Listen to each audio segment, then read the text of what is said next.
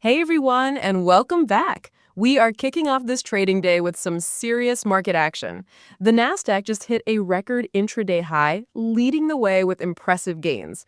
Right now, all major indexes are in the green. The S&P 500 is up, and even the Dow Jones is holding on to gains. Small cap stocks are having a moment too. The Russell 2000 has rallied about 8% in the last month, actually outperforming the S&P 500. This comes as more people expect the Fed to cut interest rates. The Russell 2000 is still about 2 to 3 percentage points away from its all-time highs, which were 4 years ago, a frustrating trade for investors. Meanwhile, the S&P 600, another small-cap index, has been down. Speaking of interest rates, bond yields are continuing to fall. The 10-year Treasury yield is now just barely above 4%. The 30-year Treasury bond yield is down to about 4.7% after almost hitting 5% last week. This entire yield curve has been shifting down. And get this, gold futures are soaring to new record highs, trading just under $3,700 an ounce. Silver futures have also reached 14-year highs. On the economic front, the labor market looks a bit weak.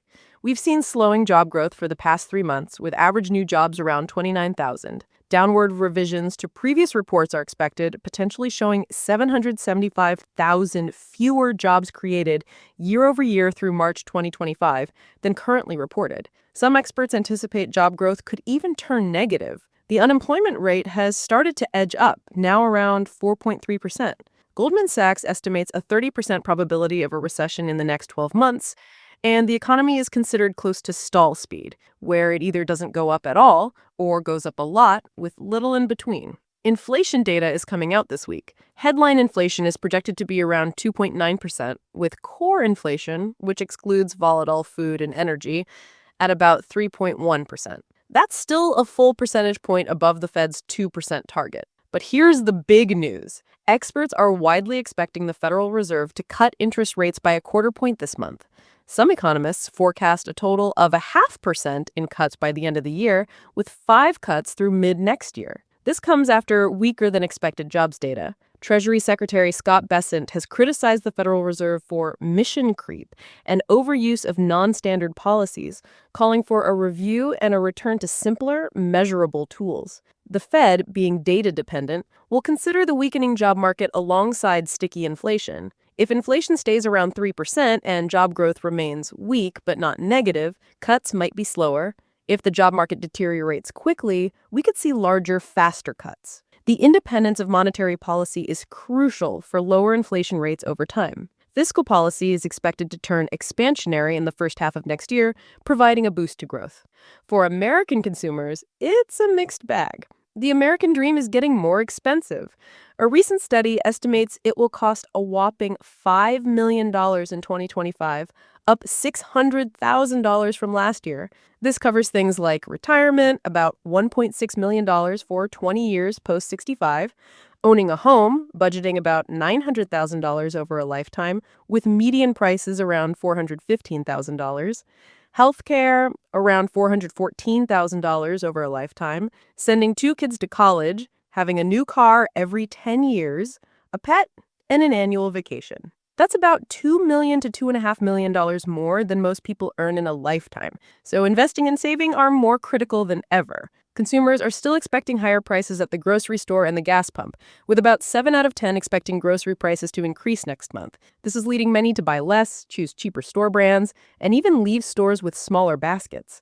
Many are also using more credit, with debt stress climbing the income ladder, showing a fragile resilience in spending. While defaults are on the rise, they're not yet at a level that concerns banks. Retail sales show consumers are resilient, but saving less and borrowing more. Educated investors are cautious and constructive, but worried about the economy and tariffs. Now, let's talk tech. Nvidia shares are up despite a price target cut from Citi to $200 a share from a prior $210. Its data center, or artificial intelligence business, is now an incredible 10 times larger than its gaming business. The data center revenue is around $41 to $42 billion compared to gaming's $4 billion. Nvidia is clearly dominating the AI chip market with more than 85% market share. Competition from chips developed by Google, Meta, and Amazon, known as XPUs, could shave about $12 billion off Nvidia's 2026 GPU sales. The next big catalyst for the stock is expected to be CEO Jensen Huang's keynote at Nvidia's GTC conference on October 28th. Interestingly, AI is also boosting Nvidia's gaming segment. Apple shares are down slightly. Investors are watching to see how the company plans to catch up in the fast-paced AI race, especially with its Siri assistant. They are reportedly working on rebuilding Siri to be more like a chat program, similar to ChatGPT. Apple is considered one of the biggest laggards among the Magnificent Seven names in AI so far this year. Oracle is reporting earnings soon, and everyone's focused on its massive shift to cloud computing, specifically its Oracle Cloud Infrastructure, or OCI. They're investing about $25 billion in capital expenditures to build out more data centers, about 23 of them. This makes Oracle a significant player in facilitating AI use within data centers. Their multi-cloud strategy is seen as complementary, not cannibalizing OCI, expanding their broad-based capabilities. Oracle also ventured into healthcare with the Cerner acquisition in 2022, a move that has boosted revenues. The company's backlog is expected to grow to $149 billion from $138 billion last quarter. Alphabet, or Google's parent company, was just sued by Public-Matic, an ad exchange seeking billions of dollars over claims that illegally monopolized the ad technology market. This follows a federal judge's ruling in April that Google had illegally monopolized two key technology markets: ad exchanges and tools used by websites to sell ad space. Alphabet even hit a record high on the open today. In the banking world, PNC is expanding its footprint, acquiring First Bank in a deal valued at $4.1 billion. This deal adds 120 branches and $26.7 billion in assets from First Bank, making PNC the largest bank in Denver. The acquisition also adds over 70 branches in Arizona and boosts PNC's total assets to roughly $575 billion. PNC has been on a buying spree, including its $11.6 billion purchase of BBVA's U.S. operations, moving it closer in size to rivals like Capital One and U.S. Bank. And Dick's Sporting Goods completed its acquisition of Foot Locker, expecting over $100 million to $125 million in cost savings, primarily through procurement and direct sourcing efficiencies. Online pet retailer Chewy saw an upgrade to outperform by Mizuno, with a price target increase to $50 from $44, citing valuations and expectations for a strong earnings report later this week. Baidu shares jumped nearly 13% in Hong Kong, their biggest gain in a year, fueled by optimism in its AI efforts and robotaxi technology. This comes as Baidu plans to increase yen-denominated senior notes and prepares to unveil an upgrade to its reasoning AI models. Goldman Sachs identifies Baidu's Apollo unit as among the top two players worldwide in driverless commercial rides. However, analysts suggest the rally may reflect market exuberance more than fundamentals. Switching gears to trade, the Trump administration continues its focus on tariffs. A new executive order, already in effect, modifies the scope of reciprocal tariffs. It now explicitly exempts gold from tariffs, a promise made after market turmoil a month ago. Other goods are being added to or removed from the excluded list, and there's a list of goods the administration might exclude through future negotiations, especially those the U.S. can't produce in enough quantity, like bananas. However, the legal authority for these reciprocal tariffs is still in question. Two courts have ruled Trump's reciprocal tariff authority illegal, and the Supreme Court is expected to weigh in. The Trump administration has asked for an expedited hearing as early as November. If the Supreme Court rules against the administration, the government might have to return potentially half of all collected tariff revenues. Existing trade framework agreements could also be called into question. The U.S. is also nearing a trade deal with South Korea. Key sticking points include tariffs on cars imported from Korea, with South Korea seeking a 15% rate, mirroring deals with Japan and the EU. A significant part of the discussion involves a huge $350 billion investment fund pledged by Korea for things like shipbuilding and battery manufacturing in the U.S. The concept of annual site licenses for such a deal could introduce uncertainty due to yearly negotiations.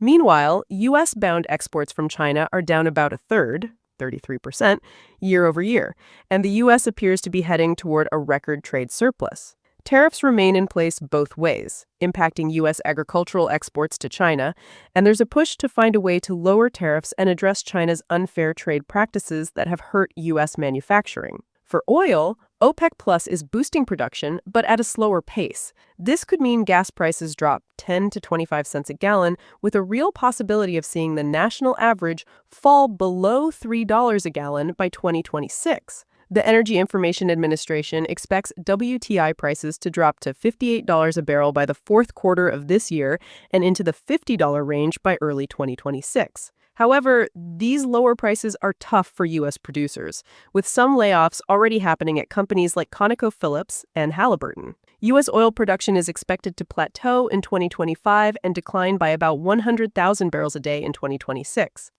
Russia continues to use shadow fleets to evade sanctions and export its oil at a significant discount, with countries like India, China, and Turkey still purchasing it. The European Union is expected to completely phase out Russian oil purchases by 2028. Ukrainian drone strikes on production facilities and refiners are also impacting Russia's ability to export refined products like gasoline and diesel. While the hurricane season in the Gulf of Mexico has been quiet, it remains a risk that could impact oil production. Finally, a look at the future. A startup called Interloon just signed a contract with the U.S. Department of Energy to mine helium-3 on the moon. This is seen as a holy grail for future clean fusion fuel, with the potential to power the world and enable journeys to Mars. This is viewed as a moonshot on top of a moonshot, pushing the boundaries of the space economy. SpaceX is called the apex player in the booming space economy, with the U.S. space program becoming completely dependent on it due to its ability to do things better, faster, cheaper than anyone else. The Trump administration is advocating to move the U.S. Space Command headquarters from Colorado Springs to Huntsville, Alabama, although building new facilities will take time. Investors can find opportunities in emerging industries like lunar resources, commercial space stations, logistics, such as space situational awareness and traffic management to manage thousands of satellites, and advanced propulsion systems for dynamic satellite maneuvers. Traditional aerospace and defense giants like Boeing and Lockheed Martin are working to re-engage, setting up corporate venture capital funds and forming partnerships to pursue large government contracts, including the $175 billion Golden Dome initiative. And in crypto, the market is buzzing. Robinhood is expected to join the S&P 500. Its stock is rallying as investors bet on its inclusion at the next rebalancing. Robinhood's diversified exposure to digital assets is seen as a positive. The crypto exchange Gemini, founded by the Winklevoss twins, is also expected to go public this week, an offering that promotes liquidity and the intersection of traditional and digital asset markets. Experts say stablecoins, which are digital versions of regular money backed by government bonds like USDC and USDT, are the killer app of blockchain. They allow for super fast money transfers and are seen as the future of finance. The growth of the crypto industry is described as unstoppable and exponential, driven by the fundamental technology, regardless of future administrations. That's all the market action for now. Thank you for watching. Make sure to like this video, subscribe to our channel, and hit that notification bell so that you don't miss our next update.